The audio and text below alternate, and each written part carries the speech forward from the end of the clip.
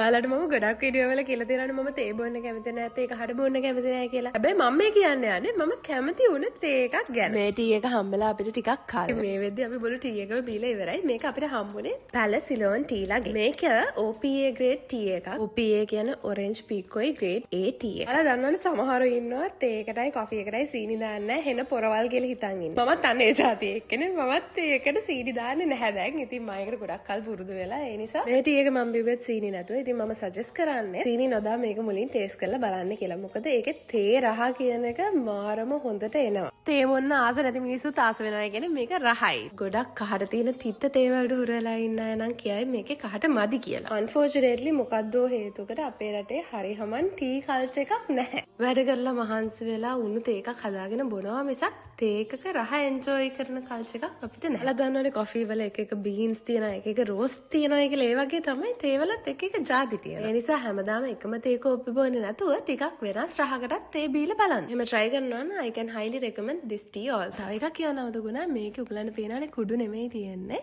මෙන්න මේ වගේ tea leaf තමයි එන්නේ. ඉතින් ඒක උණු වතුර දාලා විනාඩි 2ක් විතර තම්බගෙන බොන්න තමයි තියෙන්නේ. තේ ගැන කියවලා දැන් මට තේ එකක් බොන්න ඕනේ වගේ. ඉතින් මම යනවා තේ එකක් හදාගන්න. ඔයගොල්ලොත් එකක් හදාගෙන බොන්න. bye.